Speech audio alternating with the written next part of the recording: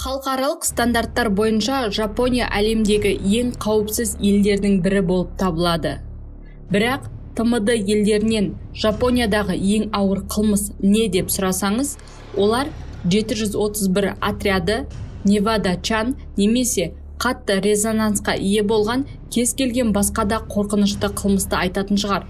Ал Жапон халқының жүрегінде қорқынышпен қалып қойған мына сұмдық оқиғаны ешкім есіне алғысы келмейді. Бұл сұмдықты баспасөз бен ютуберлер талқылағысы да келмейді. Себебі мұндағы жағдай шытырман, құпияға толы және өте қорқынышты. Жапонияны мәңгілікке өзгерткен қылмыс Сакакибара Сейто, мектеп оқушысының лақап аты. Кісі өлтірушінің нақты аты жөні жарияланбады. Өйткені Жапон заңы кәмелетке толмаған қылмыскерлердің жеке басы туралы ақпаратты жариялауға тыйым салған. Ол өзі оқыған мектеп оқушыларын өлтіріп отырған. Әр қылмыс сайын өзінің ізін қалдырып, яғни өзінің белгісін қалдырып отырған. Қылмыс қай кезде болатыны, кім құрбан болатыны белгісіз. Тек бұл кезеңде барлық ата-анада қорқыныш, жасөспірім баласының тағдыры. Ендеше шытырман, құпияға толы қылмыстық оқиғаны бірге талқылап, зерттеп көрейік.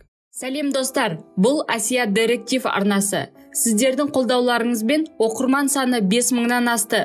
Сол үшін де сіздерге алғысым шексіз. Арнама алғаш қосылған болсаңыз, қызықты деректерді жіберіп алмас үшін арнаға тіркеліп алыңыз. Қолдау көрсетіп, лүпіл басып, өз ойларыңызды бөлісе отырыңыздар. Ендеше баршаңызға жақсы қаралым тілеймін.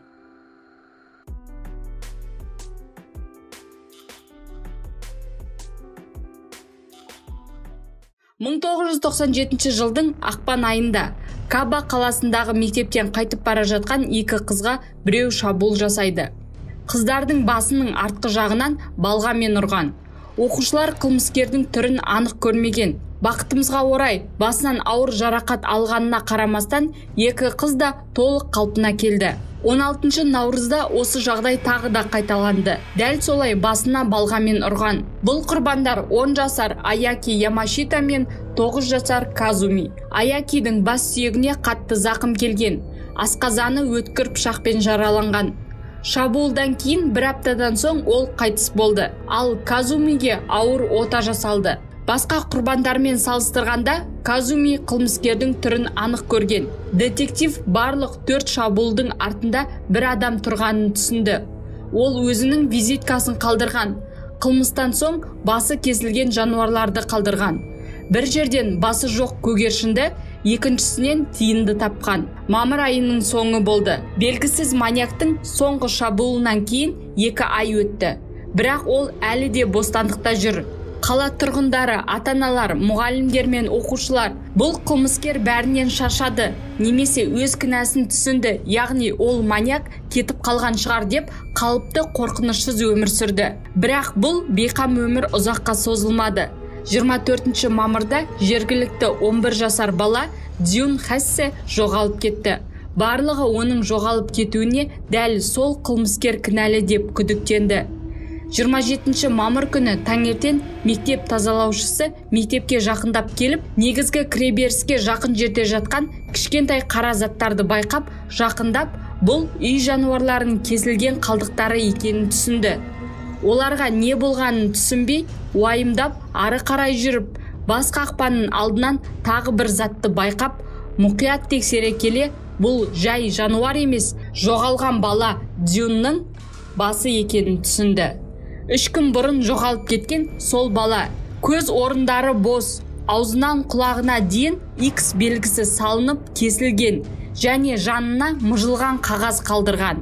Ал ол қағазда тергеушілерге қызыл сиямен мазақ ететін хабарлама қалдырған.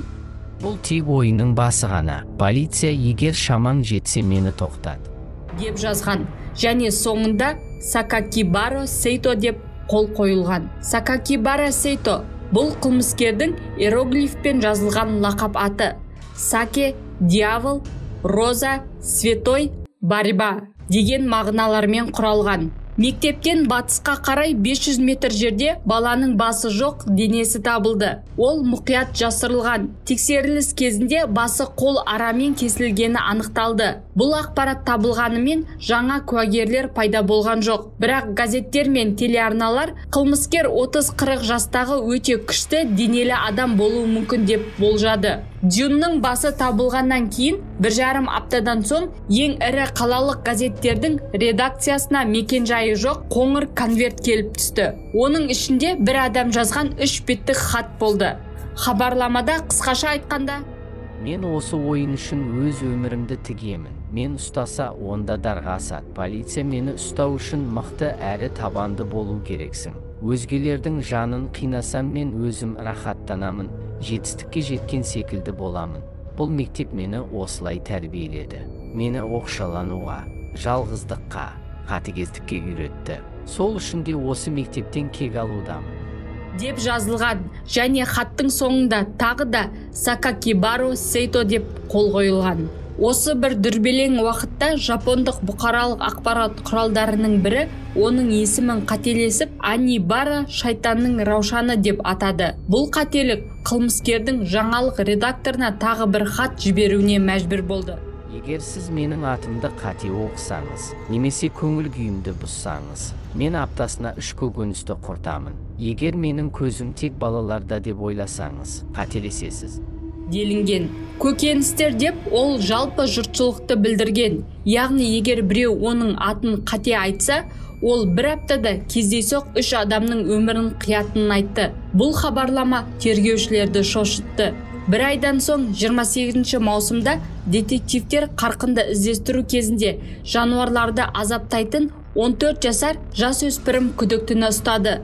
Бұл күдікті кезінде Казуми сипаттаған қылмыскер болды. Бұл қылмыскердің жасөспірім екені жұртшылықты таңғалдырды. Ол Дзюнмен бір мектепте оқыған.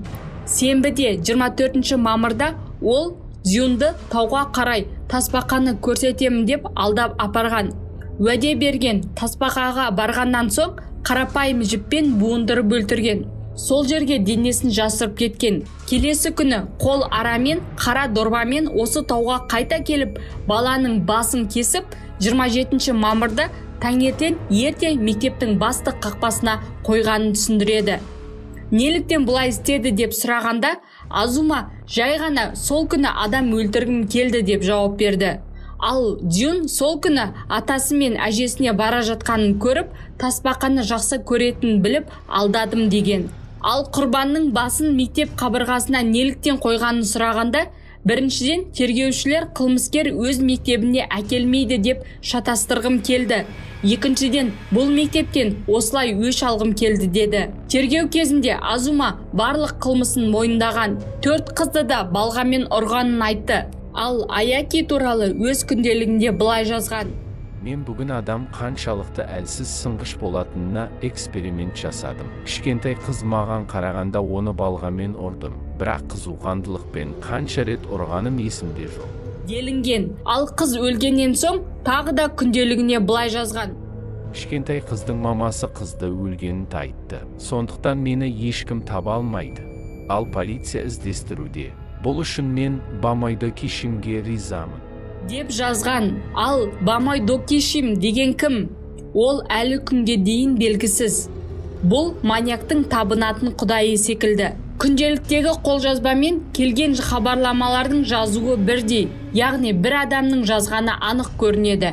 Осындай айғақтардың нәтижесінде Азума Аяки мен Дзюнды қорлықпен өлтірді деп айыпталып, кәмелет жасқа толмағандарға арналған колонияға жабылып сотталды. Ал Азуманың адвокаттары бұл айғақтар жалған, бұл хабарламаны нашар оқитын оқушы жазуы мүмкін емес, мұндай иероглифтерді сауатты ересек адам ғана жазады деп ақтап алуға тырысқан екен. Бірақ Жапон елінің заңдары өте қатал, әсіресе жасөспірімдер үшін. 2004 жылы 11 наурызда 7 жыл өткен соң 21 жасар Азума түрмеден босатылды.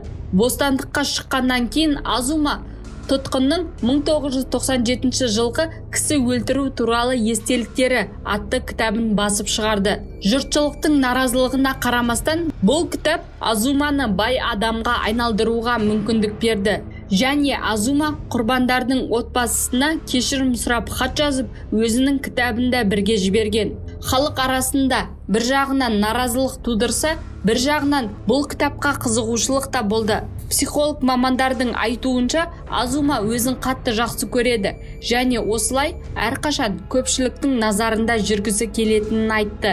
Бұл атышулы оқиға әлі күнге дейін жапон жұртшылығының жүрегінде үреймен қалып қойған. Қазіргі тарихындағы қорқынышты оқиғалардың бірі.